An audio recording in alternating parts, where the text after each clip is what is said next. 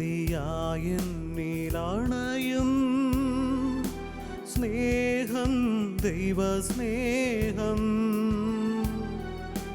അകതാരിലലിയാൻ വരുന്നു.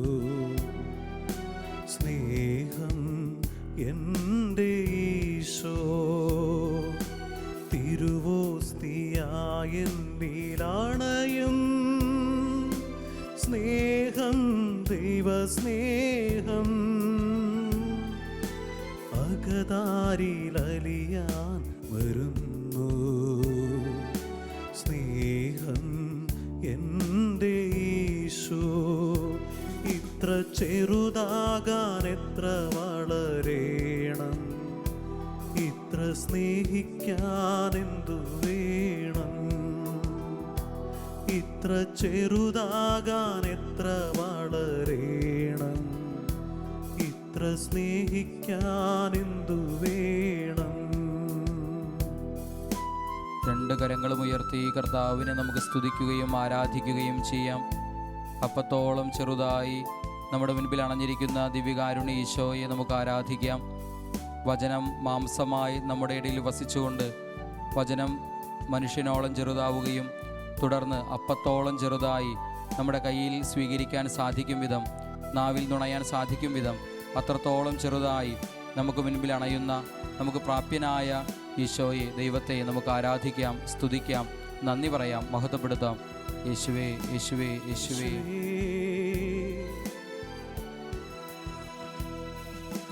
നോവിച്ച നാവിലല്ലേ നാഥൻ സ്നേഹത്തിൻ കൂദാശയേകി. നോവിച്ച നാവിലല്ലേ നാഥൻ സ്നേഹത്തിൻ കൂദാശയേകി. നിന്നിച്ച മാനസത്തിൽ നീ കാരുണ്യ തീർത്ഥവുമാ ഈശോയെ.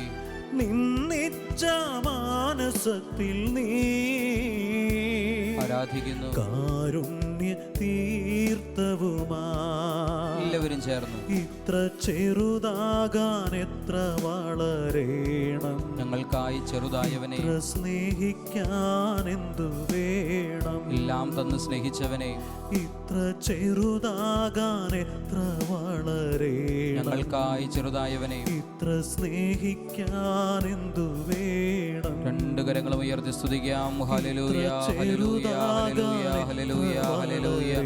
ആരാധന, ആരാധന, ആരാധന, ആരാധന, ആരാധന, ആരാധന, ആരാധന, ആരാധന, ആരാധന, ആരാധന, ആരാധന, ആരാധന, ആരാധന, ആരാധന, ആരാധന, ആരാധന, തിരുവോസ്തിരൂപനെ ആരാധന, തിരുഹൃദയനാഥനെ ആരാധന, ആരാധന, ആരാധന, ആരാധന, ആരാധന, ആരാധന, വേണം. ഇത്ര ചെറുതാകാൻ എത്ര വളരേണം, ഇത്ര സ്നേഹിക്കാൻ എന്തു വേണം. പരിശുദ്ധ പരമാ ദിവ്യകാരുണ്യത്തിന് എന്നേരവും ആരാധനയും സ്തുതിയും പുകഴ്ചയും ഉണ്ടായിരിക്കട്ടെ. പരിശുദ്ധ പരമാ ദിവ്യകാരുണ്യത്തിന് എന്നേരവും ആരാധനയും സ്തുതിയും പുകഴ്ചയും ഉണ്ടായിരിക്കട്ടെ. പരിശുദ്ധ പരമാ ദിവ്യകാരുണ്യത്തിന് എന്നേരവും ആരാധനയും സ്തുതിയും പുകഴ്ചയും ഉണ്ടായിരിക്കട്ടെ. ഈശോയിൽ ഏറ്റവും സ്നേഹമുള്ളവരെ, ആരാധനകളിൽ വെച്ച് ഏറ്റവും വലിയ ആരാധനയെക്കുറിച്ചാണ് നമ്മൾ ഈ സമയം ശ്രവിക്കാനായി പോകുന്നത്.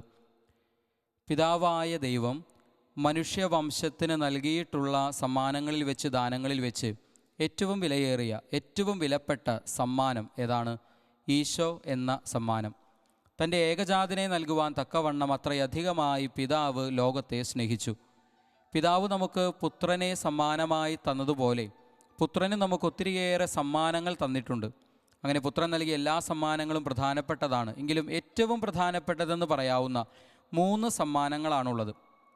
1 പരിശുദ്ധ അമ്മ, 2 പരിശുദ്ധാത്മാവ്, 3 പരിശുദ്ധ കുർബാന.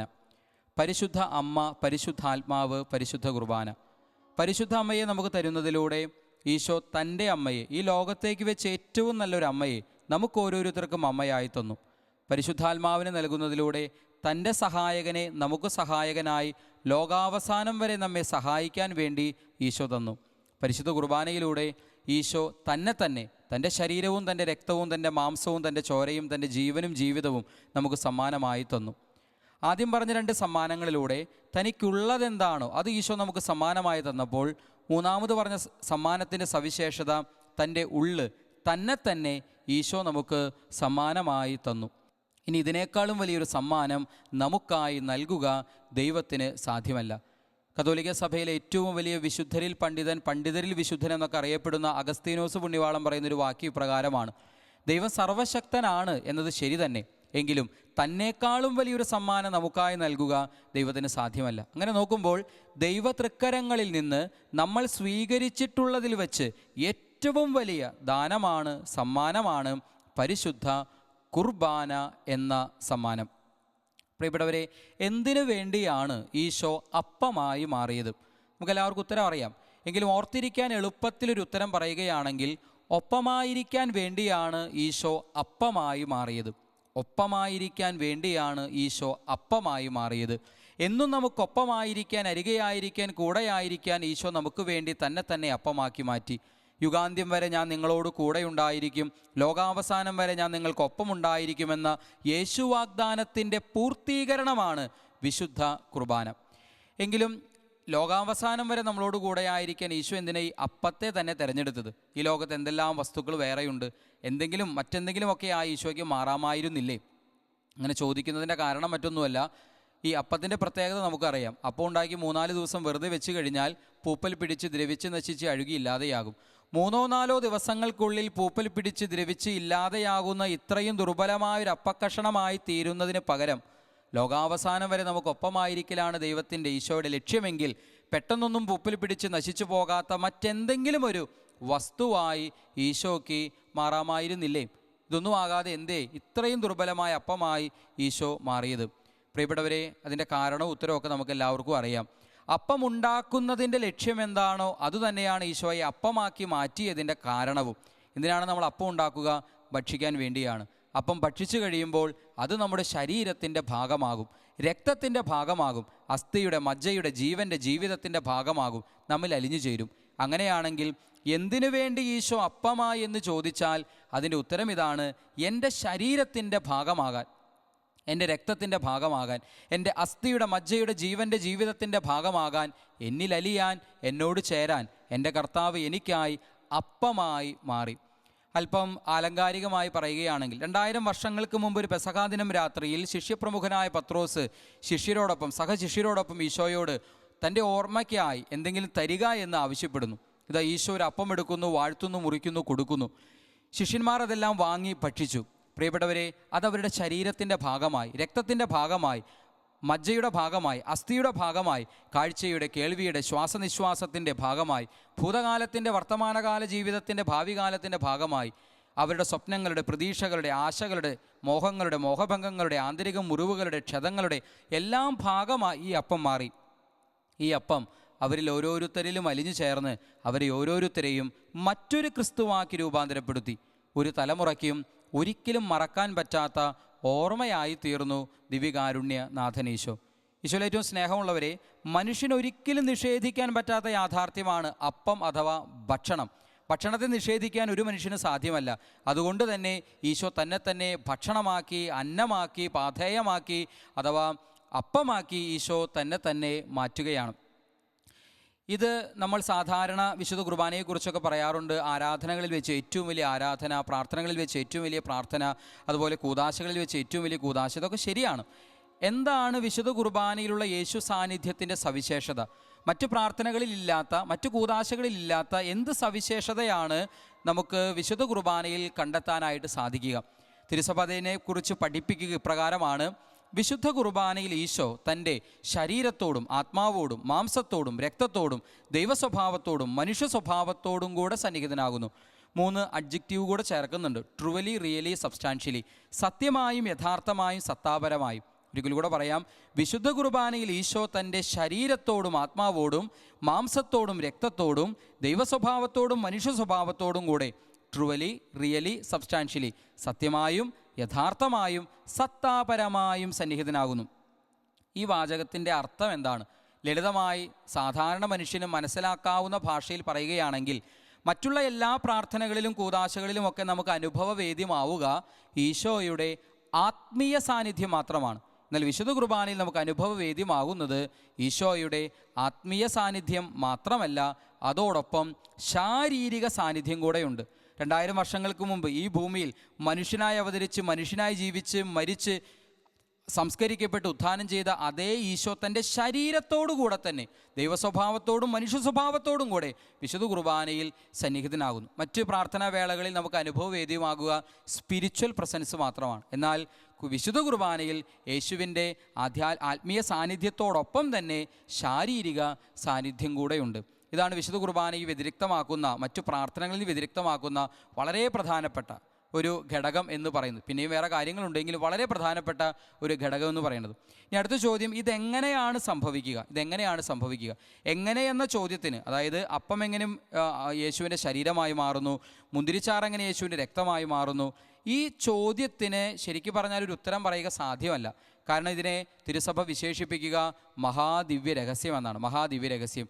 എങ്കിലും നമുക്കിതിനെ നമ്മുടെ ബുദ്ധിക്ക് മനസ്സിലാക്കാൻ പ്രയാസമാണെങ്കിലും ഇത് സ്നേഹം കൊണ്ടും വിശ്വാസം കൊണ്ടും ഒക്കെ ധ്യാനിച്ചാൽ തീർച്ചയായിട്ടും ഇതിനെ നമുക്ക് മനസ്സിലാക്കിയെടുക്കാനായിട്ട് പറ്റും. സ്നേഹം കൊണ്ടും വിശ്വാസം കൊണ്ടും നമ്മൾ ധ്യാനിക്കുകയാണ് എങ്കിൽ തീർച്ചയായിട്ടും നമുക്ക് ഇത് മനസ്സിലാക്കാൻ സാധിക്കും. അതിനുവേണ്ടി ആദ്യം നമ്മളൊന്ന് ചിന്തിക്കേണ്ടത് സാധാരണ ഒരു അപ്പം എങ്ങനെയാണ് ഉണ്ടാവുക. അതിനുശേഷം നമുക്ക് ചിന്തിക്കാം യേശു എങ്ങനെയാണ് അപ്പമായി മാറുക. സാധാരണ അപ്പം ഉണ്ടാക്കാൻ വേണ്ടി നമ്മൾ ഏതെങ്കിലും ഒരു ധാന്യപദാർത്ഥം ഉപയോഗിക്കും. ഗോതമ്പാകാം, മറ്റെന്തെങ്കിലും ധാന്യപദാർത്ഥങ്ങളാകാം. തൽക്കാലം ഗോതമ്പാണെന്ന് വിചാരിക്കുക. ഈ ഗോതമ്പ് എന്ന് പറയുന്ന പദാർത്ഥം അപ്പമായി മാറാൻ വേണ്ടി ഒരു പ്രോസസ്സിലൂടെ, ഒരു പ്രക്രിയയിലൂടെ കടന്നു പോകേണ്ടതുണ്ട്. ഈ പ്രോസസ്സ് അല്ലെങ്കിൽ പ്രക്രിയ ഇത് ഗോതമ്പ് മണികളെ സംബന്ധിച്ചിടത്തോളം അങ്ങേയറ്റം വേദനാജനകമായ അനുഭവമാണെന്ന് നമുക്കറിയാം. ശരിയാണ്, ഗോതമ്പിന് ജീവനില്ല, അതിന് വേദനയും സുഖവും എന്ന് പറയാൻ കഴിവില്ല എന്നുള്ള യാഥാർത്ഥ്യമാണ്. എന്നിരിക്കലും തൽക്കാലം നമുക്ക് വെറുതെ ഭാവനയിൽ അങ്ങനെയൊന്ന് കാണാൻ ശ്രമിക്കാം. ഗോതമ്പ് മണികൾക്ക് ജീവനുണ്ടെങ്കിൽ, അതിന് വേദനയും സുഖമൊക്കെ അറിയാൻ കഴിവുണ്ടെങ്കിൽ തീർച്ചയായും ഇത് വേദനാജനകമായ ഒരു അനുഭവമാണ്. നമുക്ക് ആദ്യം അതൊന്ന് ചിന്തിക്കാം. ഏതോ ധാന്യപ്പുരയിൽ സുഖമായി സ്വസ്ഥമായി കഴിയുന്ന ധാന്യമണികളെ കർഷകൻ വാരിയെടുത്ത് പാടത്തെ ചെളിയിലേക്ക് വലിച്ചെറിയപ്പെടുന്നതിൻ്റെ വേദന, ചെളിയോട് ചേർന്ന് അഴുകി അലിഞ്ഞ് അസ്തിത്വം നഷ്ടപ്പെട്ട് ഇല്ലാതെയായിത്തീരുന്ന ഗോതമ്പ് മണികൾ, ചെളിയോട് ചേരുന്നതിൻ്റെ, അഴുകുന്നതിൻ്റെ, അലിയുന്നതിൻ്റെ, അസ്തിത്വം നഷ്ടപ്പെടുന്നതിൻ്റെ, ഇല്ലാതെയായിത്തീരുന്നതിൻ്റെ തിക്തവേദന അനുഭവങ്ങളിലൂടെ ഗോതമ്പ് മണികൾക്ക് യാത്ര ചെയ്യേണ്ടതായി വരുന്നു. എല്ലാം അതോടെ അവസാനിച്ചു എന്ന് കരുതുന്നിടത്ത് പുതുമഴയിൽ പുതുനാമ്പുകൾ ഉയർത്തി ഗോതമ്പ് ചെടിയായി ഒരിക്കൽ കൂടെ ഗോതമ്പ് മണികൾ പുനർജനിക്കുകയാണ്. പക്ഷെ അവിടെയും സ്വസ്ഥമായി നിൽക്കാൻ കർഷകൻ അനുവദിക്കുന്നില്ല. ക്രൂരമായി പറിച്ചെടുക്കപ്പെടുന്നതിൻ്റെ വേദന. തുടർന്ന് ചവിട്ടി മെതിക്കുന്നു, പൊടിക്കുന്നു, പൊള്ളിക്കുന്നു, ചുട്ടെടുക്കുന്നു, അടിച്ചു വരത്തുന്നു. എല്ലാറ്റിലും ഒടുവിൽ ഗോതമ്പ് മണികൾ അപ്പമായി മാറുന്നു. ശ്രദ്ധിക്കാം, ഗോതമ്പ് മണിയിൽ നിന്ന് അപ്പത്തിലേക്കുള്ള ദൂരം സഹനത്തിൻ്റെ ഇടദൂരമാണ്. ഈ സഹനത്തിൻ്റെ വേദനയുടെ കനൽ വഴിയിലൂടെ യാത്ര ചെയ്യാതെ ഗോതമ്പ് മണികൾക്കൊരിക്കലും അപ്പമായി തീരുക സാധ്യമല്ല. അങ്ങനെയാണെങ്കിൽ യേശു എന്ന ഗോതമ്പ് മണി കുർബാന എന്ന അപ്പമാകാൻ ഇതേ സഹനത്തിൻ്റെ ഇടദൂരം യാത്ര ചെയ്തിട്ടുണ്ട്. ഇതേ സഹന വഴിയിലൂടെ യാത്ര ചെയ്തിട്ടുണ്ട്. പെസഹ വ്യാഴാഴ്ച രാത്രി അപ്പമെടുത്ത് ശിഷ്യർക്ക് കൊടുത്ത ഈശോ പിന്നെ വെറുതെ കയ്യും കെട്ടി ഇരിക്കുകയായിരുന്നില്ല. അക്ഷരാർത്ഥത്തിൽ തൻ്റെ ശരീരത്തെ അപ്പമാക്കാൻ കാൽവരിയിലേക്ക് പിറ്റേന്ന് യാത്രയാവുകയായിരുന്നു. അതിന് ഈശോയുടെ സഹനങ്ങളെ നമ്മളൊന്ന് ധ്യാനിച്ചാലാണ് യേശു എന്ന ഗോതമ്പ് മണി എങ്ങനെ കുർബാന എന്ന അപ്പമായി മാറുന്നുവെന്ന് നമുക്ക് മനസ്സിലാക്കാനായിട്ട് സാധിക്കുക.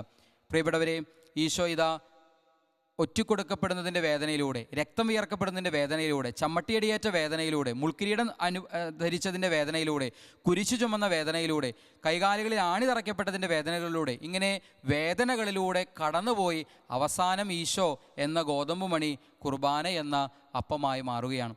നമ്മുടെ മുൻപിൽ വിശുദ്ധ കുർബാനയായി തിരുവോസ്തിയായി എഴുന്നള്ളി വന്നിരിക്കുന്ന കർത്താവ് ഈശോ മിശിഹ എന്തുമാത്രം സഹനത്യാഗങ്ങളിലൂടെ കടന്നുപോയിട്ടാണ് എനിക്ക് വേണ്ടി അപ്പമായി, അന്നമായി മാറിയത്, ഭക്ഷണമായി മാറിയത് എന്ന തിരിച്ചറിവിൽ കൂപ്പകരങ്ങളോടെ നമുക്ക് മുട്ടുകൾ കുത്തി ദിവ്യകാരുണ്യ ഈശോയിലേക്ക് നോക്കാം. നമ്മുടെ കണ്ണുകൾ, ഹൃദയത്തിൻ്റെ, മനസ്സിൻ്റെ, ആത്മാവിൻ്റെ കണ്ണുകൾ തുറന്ന് തിരുവോസ്തിയിലേക്ക് നമുക്കൊന്ന് നോക്കാം.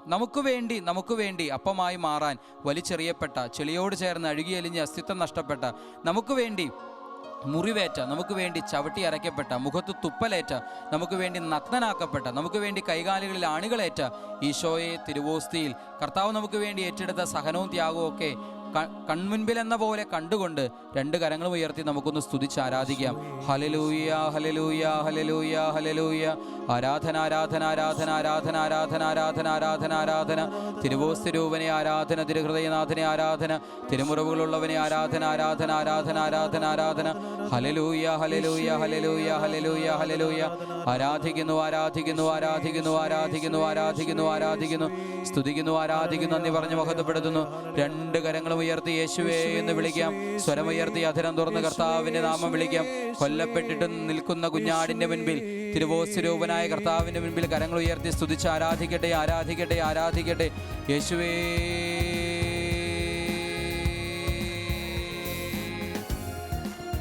കൈകളടിച്ച് സ്തുതിച്ച് ആരാധിക്കാം.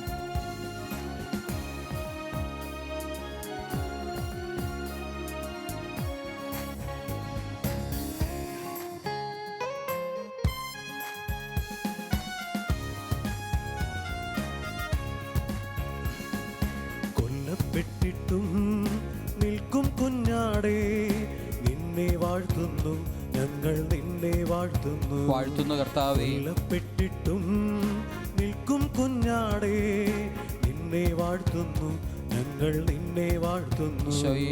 കൊല്ലപ്പെട്ടിട്ടും നിൽക്കും കുഞ്ഞാടേ, നിന്നെ വാഴ്ത്തുന്നു ഞങ്ങൾ, നിന്നെ വാഴ്ത്തുന്നു.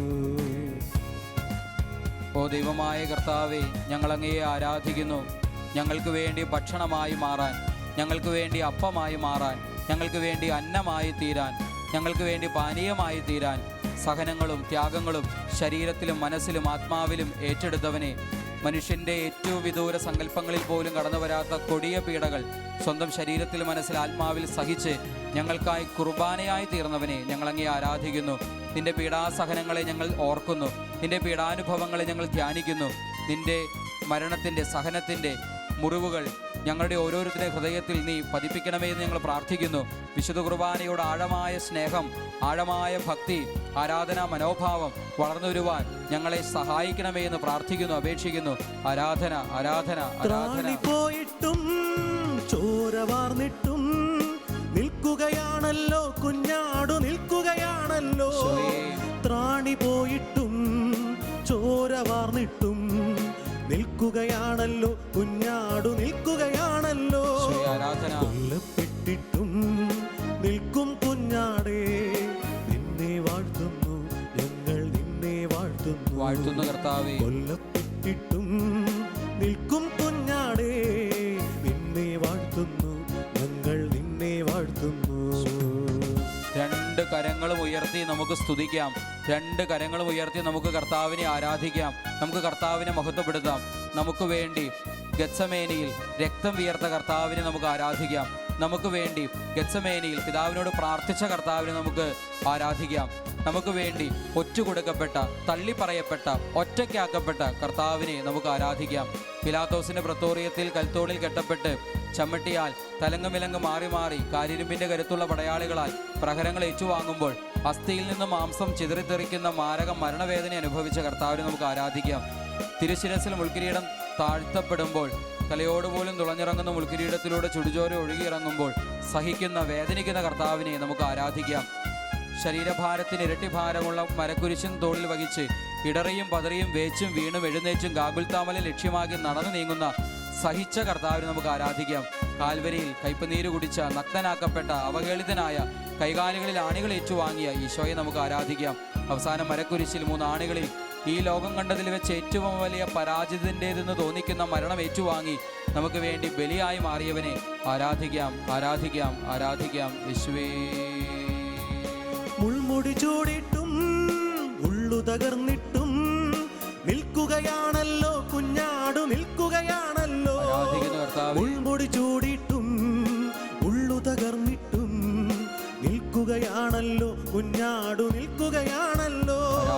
കൊല്ലപ്പെട്ടിട്ടും നിൽക്കും കുഞ്ഞാടേ, നിന്നെ വാഴ്ത്തുന്നു ഞങ്ങൾ, നിന്നെ വാഴ്ത്തുന്നു. വാഴ്ത്തുന്നു കർത്താവേ. കൊല്ലപ്പെട്ടിട്ടും നിൽക്കും കുഞ്ഞാടേ, നിന്നെ വാഴ്ത്തുന്നു ഞങ്ങൾ, നിന്നെ വാഴ്ത്തുന്നു.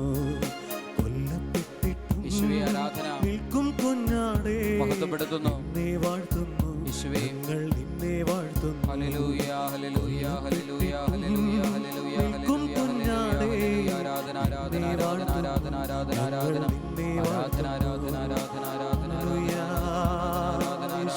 ആരാധന ആരാധന ആരാധന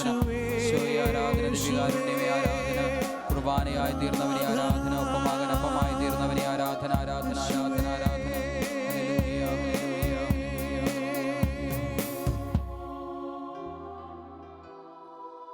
പരിശുദ്ധ ശരീരത്താലും വിലയേറിയ രക്തത്താലും പാപത്തിൻ കറകളിൽ നിന്നും മർത്യനു നീ മോചനമേകി.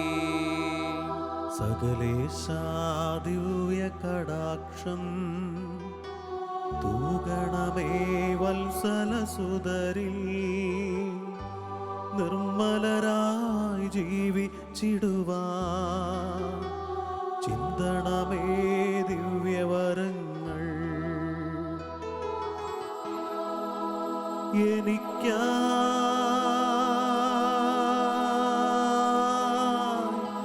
ചിന്തിയ ചോരയിതാ,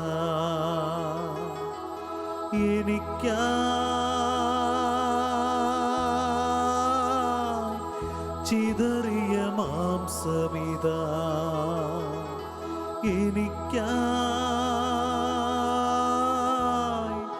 ചിന്തിയ ചോരയിതാ,